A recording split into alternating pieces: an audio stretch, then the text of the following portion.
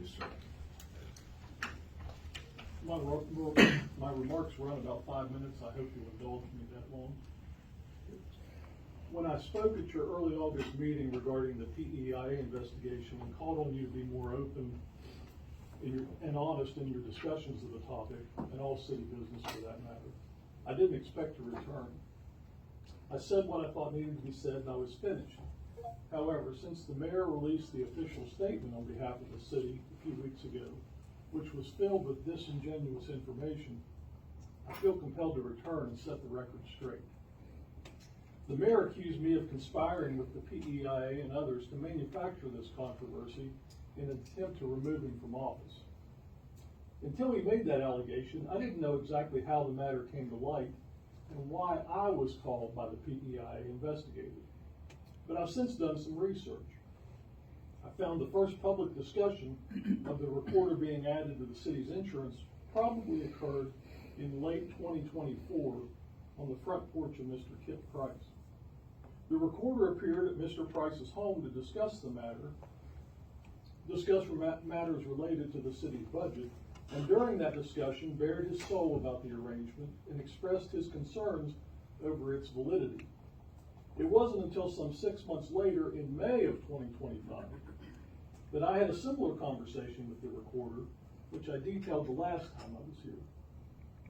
A few days thereafter, I received a call from the PEIA inquiring as to what I knew. I didn't call them, they called me. The investigator explained that he called me because he looked into the current and recently former council members, identified me, and then learned from one of his peers in state government that I was someone that would be honest with him. I've since obtained a copy of the audio recording of my conversation, my interview with the investigator, and I'm prepared to play any portion of it that you might like to hear. With the point being, it's clear from my responses to his questions that I was reluctant to be dragged into the matter, and certainly did not want to bring harm to Jared, whom I consider a friend. However, I was left with two options. I could share what I knew or deny any knowledge and lie. I wasn't about to do that, and I wasn't going to participate in some cover-up to keep things secret. So I told the investigator all I knew about the matter, just the facts. Cooperating with an investigation does not amount to some illicit conspiracy. It's simply the right thing to do. In the city statement, the mayor would have you believe that because he has insider information, that no criminal charges will be forthcoming, that all this conspiracy is just an attempt to smear his name. Well, there may be no criminal charges forthcoming, I don't know, but that certainly doesn't excuse the actions of those involved. Let's look briefly at steps which were not taken, but could have been taken to avoid the entire situation. When the recorder lost his health care through his primary employer and the mayor decided the city should provide him with coverage, he could have called the PEIA to determine exactly what the law was and exactly what the eligibility parameters were. He didn't do that. The mayor could have consulted the city attorney and obtained his legal opinion on the matter in advance of taking any action. I understand he didn't do that. The mayor could have investigated the cost and the budgetary impact of adding all council members to the city's policy and brought that to council for consideration. He didn't do that. Considering health insurance benefits had never been offered to a city council person in the history of the city, the mayor could have brought the matter before council for debate and a vote. He didn't do that. The mayor could have offered the same coverage to all council members if he thought they were entitled. He didn't do that. As the city's CEO, the mayor could have ensured the enrollment documents were completed honestly to report that the recorder had held a position on city council for more than 10 years. He didn't do that, and the documents misrepresented that the recorder was a brand new employee. The mayor could have consulted the city's personnel handbook, which provides clear guidance on who among city employees and elected officials are eligible for paid health benefits. Apparently he didn't do that because the handbook makes no mention of the recorder or council members being eligible for health care. In closing, I certainly hope we've not sunk so low as a city that we're to judge our policy making by whether it brings about criminal charges or not. If you follow the mayor's logic, as set forth in his official statement on behalf of the city, that's the standard by which our policies should be judged. If they don't result in criminal charges, nothing was done wrong. And lastly, in America, we have a right to disagree with our elected officials, to speak our mind about their actions, and to come to public meetings and bring our grievances. If I believe the mayor has done wrong and I choose to bring it forward, that's not a conspiracy. That's exercising a right that's protected by the Constitution. A citizen should not be attacked on social media by their mayor for exercising that constitutional right. And you as a council are complicit in that attack if you stand by and allow it to occur without taking some action to correct it. As a council, if you allow the mayor's statement to stand without contradiction, then that's your statement. Thank you. And Katrina.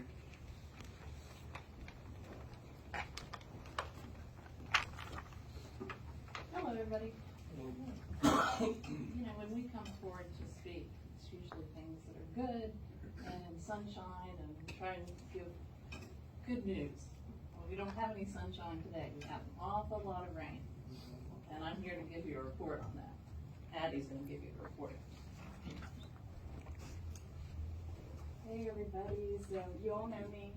I'm from the museum and I'm here because when it rains at the museum we get leaks. A few weeks ago, I spent the first 2.5 hours of my work day soaking up water from the floor and windows before I could even think about the job that you all pay me to do here. And that is not unusual. When volunteers arrive at the museum, they don't begin their day with exhibits or visitors. They start on their hands and knees checking for damp spots in the carpet. It's become routine and I just don't think it should be. I know this council manages a lot of buildings, departments, and competing needs. It's a complex budget and I honestly do not envy the decisions that you face. That said, I see the museum every day. It is my responsibility and my singular focus here. And as someone who oversees it firsthand, I have to tell you, the structure is already failing. Not heading towards trouble, but it's already in it. The roof and the windows let in water. In the winter, cold air seeps in through the glass so badly that last winter, our board voted to close the museum for the month of January, not because of attendance dropping, but because, to quote them, it would be too cruel to have volunteers sit in that kind of temperature. I stand next to those windows daily and I feel the breeze. Our heavy blinds stay drawn, not for aesthetic reasons, but simply to help manage the temperature. This isn't about minor inconveniences, it's about preservation. Many of us in this room understand the challenges of maintaining aging properties. Roof leaks, drafts happen, it's just part of the deal. But this isn't just another old building, it's not a rental, it's not a private business, it's a public trust. The roof over the museum shelters our community's history, artifacts, photographs, family heirlooms, items entrusted to us by local residents. They are irreplaceable. If lost to mold or water, they're gone forever. When we lose those things, we don't just lose objects, we lose stories. We lose a chance to teach our children where they came from and to honor those who helped shape this city into what it is. So yes, plenty of buildings have issues, but not every structure holds what this one does. Not every roof protects something that belongs to all of us. The museum exists to preserve and share the stories of this community, but we can't do that if we're constantly placing buckets and battling mold.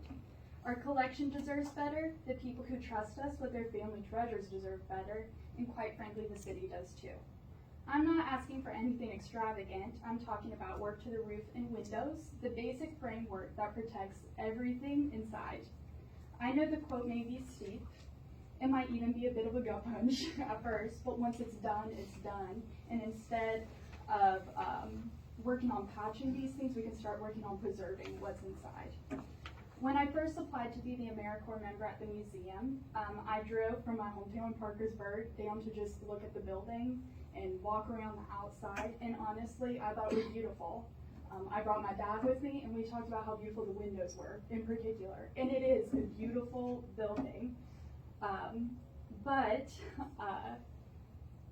I just feel like to be in this space in particular is a privilege. But we've reached the point where Band-Aids aren't going to cut it anymore. I'm not speaking today only as someone who works there, I'm speaking as someone who loves it there, who's there honestly the majority of the time 6 days a week, who believes in its potential, but I also see its reality at the moment. I appreciate each of you for listening and giving me the chance to speak on behalf of the museum. It's a tremendous responsibility and one I don't take lightly, but that's why I'm here today, because I truly believe it matters.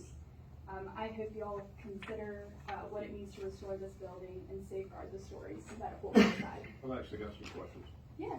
So, we've already done some work to the roof. How much did we spend on that? I don't remember. That We was did some work to the heating and cooling units, correct, in there? How much did we Yeah. spend on that? 27. 27. I think so. How The much? roof, the roof seems to be about 20. I don't really remember, but that would be under Harris Brothers, and we would have that But invoice. we fixed the heating and cooling unit. Did we put in a new one? We did. We put in a unit, what we could afford at the time, hoping that that would take care of the situation, and if we didn't, there was room to add more. So we put in a new heating and cooling unit, but we knew the windows and everything were still leaking? Well, they were drafty, but we had absolutely no heating and cooling at all. So it stayed, well, that's why we never opened in the winter time, and now we are. I will say, and I have not been here a long time, so I don't know what happened fully before I came here, but this is just what I've heard from when even like Ryco comes and looks, because we just had the chandelier done this winter. And when they were working upstairs in winter in on the chandelier, they said they thought that our heating was broken. They fully thought it was broken and asked if they could look at it. And what I understood was that that was an upgrade into a system that was supposed to fill the entire space. That the thought was the system that was there already was too small. And so they were like, oh, we'll upgrade and it'll fill the whole space. But clearly that has not been the problem, and the problem is in fact the windows, because like I said, I mean, it's to the point in the winter where the board closed it because it's like 40 degrees upstairs in the winter. And that's unbearable for any person, and it's bad for the collection as well. It's bad for the things that we're trying to preserve. And we don't really want to upgrade the heating and cooling until we can get the leaks fixed with the windows. Those might seriously improve it. And then the repairs that we had on the roof were just the cap, the ridge cap. It was broke, there were tiles in there broken, and we replaced that and the broken tiles, and they put some membrane on it. And it held for quite a while, but here we are 5 years later or so, and there's 12 leaks today. Maybe it's one place and it's running all over the place, but you're not gonna know until you get in that roof and start taking it off and figure out what we have. In addition, the log cabin is now leaking. I went up into the attic of that today. There's no gas, I'm happy to report, but it's leaking too. That roof is 45 years old and it's going to need some attention. That's not gonna be as big of a project or as costly a project, and it's probably something that we can handle in our budgets, but this museum roof is another beast. And I'm working on getting some quotes for what it could cost so that we can have a figure. Well, you mentioned you knew the amount, so we don't have a quote on things to fix. Oh, I don't have an amount. Oh, I thought you said it was a gut punch.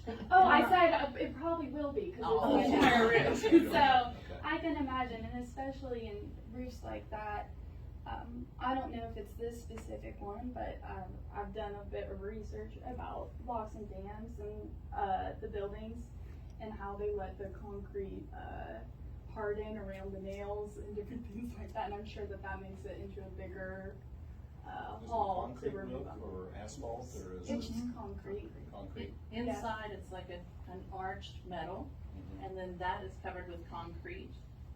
And then the tiles were put on the concrete with copper nails, and when it was still wet and allowed to dry. So it could be quite a trick to even get those tiles off and do a roof replacement. The tiles are made locally, well, sort of locally, in the big scheme of things. In Ohio, that company is still in business making that same tile. And that's where Okay, those so tiles you came from. look into the windows, is it a matter of sealing the current windows or replacing the windows? We've done that. Yes. They don't open and close anymore. They put all the sealant in, silicone. Bob's guys have come in and traded, they've done what they can.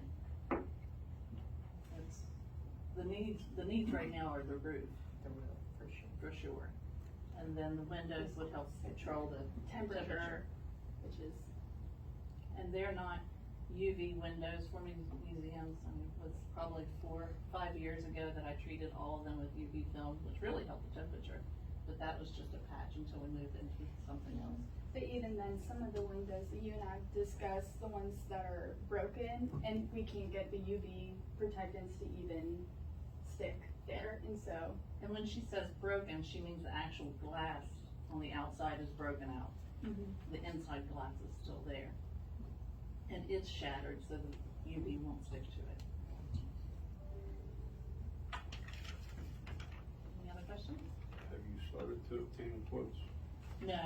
I met with Sean on Thursday and he's getting some quotes put together. He'll be talking to Harris Brothers Roofing, so we're working on that to get you a number. And Sean is the engineer, right? He's the architect for the engineering firm Pickering and Associates that we use for our historic buildings.